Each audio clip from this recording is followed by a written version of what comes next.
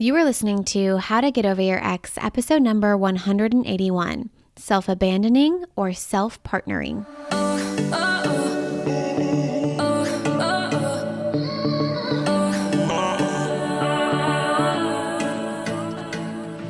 Welcome to How to Get Over Your Ex, a podcast on getting over your ex without it just taking time. I'm your host, breakup coach Dorothy. Let's turn your pain into power and your heartbreak into happy. Hello, beautiful brave hearts. How is everyone doing? Before we get started, I have to let you know the Get Over Your Ex in 3 months or less program is starting April 6th. Enrollment opens Thursday, April 6th. You must join us. In 3 months or less, you will not only be over your ex, but you will have a life your ex regrets leaving. It is the best way to guarantee yourself that result, literally in 3 months or less. Most of the time, you spend the first couple of weeks getting over your ex, and then we have the rest of that time together to really build and cultivate that life, that bigger and better life. So everything you wanted with your ex, have that regardless of what your ex is doing. It is the best breakup program out there, and I'm so excited to see you brave hearts who are ready to enroll, ready to join us. If you are not entirely sure that the Get Over Your Ex program is for you, I highly recommend that you join us in the How to Get Over Your Ex 5-day training that will be taking place April 3rd through the 7th. So that is 5 days, me as your coach for only $17. And I will be teaching you very tangible tools that help you not only get over your ex, but you'll use throughout the rest of your life. It's an amazing, amazing 5-day training where we accomplish 5 months of healing in just 5 days. I'll drop both of those links in the show notes for you. Okay, let's dive in and talk about self-abandoning. So the reason I wanted to bring this up is this has been a very hot topic, keyword that is showing up in the self-help world. And what was interesting is I was doing some coaching inside of the Get Over Your Ex program with a beautiful brave heart. And originally she came to me because she was feeling confusion. She had made out with her ex who was also seeing someone else. So her ex had already moved on to a new partner. He came over to get some of his things, and then they ended up making out. We've all been there. We've all done it. Let's not judge, okay? So now what happened was she spent a lot of time in confusion. Like, I don't know why I keep doing these things. I'm not sure why I show up in this way. And to me, it's pretty straightforward why any human does anything, okay? If you are new here, thoughts create our feelings. The optional sentences in our brain create emotion in our body. And then those emotions fuel our behaviors, the way that we show up in the world. So the only reason we ever do something is because of a way that we feel. And the only reason we feel a certain way is because of a thought that we're telling ourselves, a thought that we are indulging in and interacting with. So the reason she shows up this way is because she has a certain feeling that's being led by a certain thought. We just call this a thought error. Anytime I'm doing something in my life that I'm like, don't like that, I remind myself that it's being fueled by a thought error. All we have to do is find that thought error that's leading to that behavior and redirect and change, okay? Now, I say this only because you might be experiencing what we talk about in this next section of this episode, but it might have a flavor of confusion. You might be feeling confused or indulging in confusion, but I just want to clear it up. The only reason you're doing things that you wish you weren't doing is because of a way you're feeling, and you're only feeling that way because of a thought error. Okay? Cleared up, check, move on. What we found with this specific Braveheart is that one of the major thought errors that she was having that was really the underlying root cause and problem was I'm self-abandoning. Making out with this human, with her ex, is not something that made her feel good, right? She had a lot of thoughts about it, as we all would, that created a lot of shame and worthlessness. And it's all coming from this place of I'm self-abandoning. And this was something that was very eye-opening to me because I had in my past, I had a coach who told me I was self-abandoning.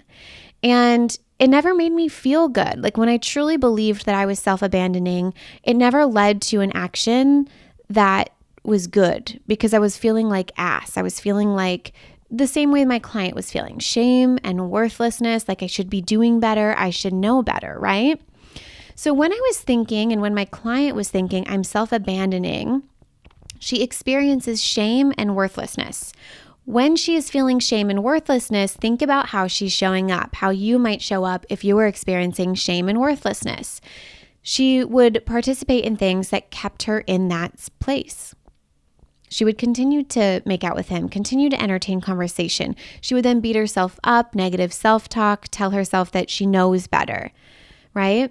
Doesn't acknowledge. One of the things that I called her out for on this call was she wasn't acknowledging the ways that she actually hadn't self-abandoned during that time. She made out with him, yes, but they didn't get intimate. They didn't have sex. There were so many things that she didn't do, but she wouldn't acknowledge it because she was so wrapped up in this idea of self-abandonment. And what happens when you show up that way is it perpetuates the problem, and then it leads to us continuing to self-abandon and participate in self-abandonment activities. Now, what is so crazy and so cool to think about is with the very same circumstance of her having made out with her ex and not having sex, coming to coaching, asking for coaching on this, working inside the Get Over Your Ex program, there were many things that led me to believe that she was doing the opposite of self-abandonment. And I asked her, what is self-abandonment? And I also asked her, what's the opposite of self-abandonment? And she said self-partnering. And I thought that was really beautiful. And so I asked her, are there ways that in the last, couple of weeks or in the time frame it's been since that event that you have actually self-partnered? And a light bulb went off. She was like, oh my God. Yeah, there's so many things that I have done in that time frame that would be considered self-partnering and not self-abandonment. And so I asked her, how do you feel when you tell yourself that you're actually in a season of self-partnering? She said, whole, proud, worthy, right? That feels so much better. And then think about how you show up when you feel whole, proud, and worthy, right? She's kind to herself. She participates in the things that help her build her relationship with herself. Show up to coaching, get coached, do the Get Over Your Ex program. Say no to being intimate with her ex. And then that leads to a result of self-partnering. And here's what I want all of you to see. We think that by telling ourselves that we're self-abandoning and using this hot, new, trendy word, self-abandonment, that it will help us not self-abandon. But what I'm actually seeing in the field as I'm doing this work with my clients is when my clients start to identify as someone who self-abandons and pegging their actions as self-abandonment, the opposite is true, and it's perpetuating the self-abandonment activities in their life. So I got really clear about what is self-abandonment. I looked this up. I did the Googles, right? Self-abandonment actually means the action of completely surrendering oneself to a desire or an impulse. The interesting thing is, I don't even feel like my client completely surrendered herself to this desire or impulse. She still had self-control, but when she says she's self-abandoned, she's inferring that she's completely surrendered herself. And of course, we feel shitty when we say that, right? When in reality, the actual data might look like, hey, I picked up a call from a human, aka your ex. Hey, I spoke words to a human. Hey, I touched lips with another human. Just like my client, because you're feeling shame or worthless, you might totally disregard all of the ways that you've self-partnered because you're so focused on how you've self-abandoned. So then let's look at what does self-partnering mean? What's the definition of that? And Google had a lot of these, had a lot of different definitions. So I'm going to list a couple of them. One was when you are partnering with yourself and therefore treat yourself as the one you are with. Treat yourself as if you're your own partner. Another was this can be a healthy sign indicating we fundamentally don't need other people to complete us. And another one was denotes a commitment to honoring one's needs, healing one's wounds, and working towards self-growth and self-actualization. I really liked that one.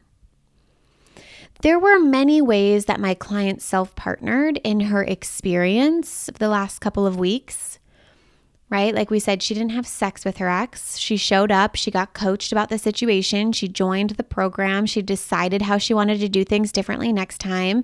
She did exercises that I provided her. And what I want to show all of you is that without any failure, like if my client went out and did everything perfectly, what would she have grown? Like what skills would she have grown? Without failure or without having these things happen in our life, we don't learn how to overcome them. And believe it or not, my friends, getting over your ex is a skill. It's a skill of learning emotional maturity. It's a skill of learning how to feel negative emotions and not react to them. It's a skill of learning how to sit with your urges for a desire and allow them instead of restrict them or push them away or react to them or give in to them. It's a skill of learning to create everything you wanted in your life. It is a skill set. So just like when I'm figure skating and I'm learning the skill of figure skating, if I don't ever encounter tripping over my pick on my skate, which is like the front part of your skate, it has this cut out little piece. And if I lean too far forward, I fall. And if I never did that, I wouldn't know how to not move my foot to make sure I don't do it next time when I'm trying a spin or a jump or I'm just skating. But just because that happened, I don't have to be super dramatic and be like, oh my gosh, I totally self-abandoned here, totally let myself fall and I self-abandoned. Instead, I say, whoops, that was a self-partnering exercise that I for sure would like to do differently next time. And that's the same line that you can use every time you encounter an obstacle throughout your getting over your ex journey, throughout the journey of building the bigger and better life.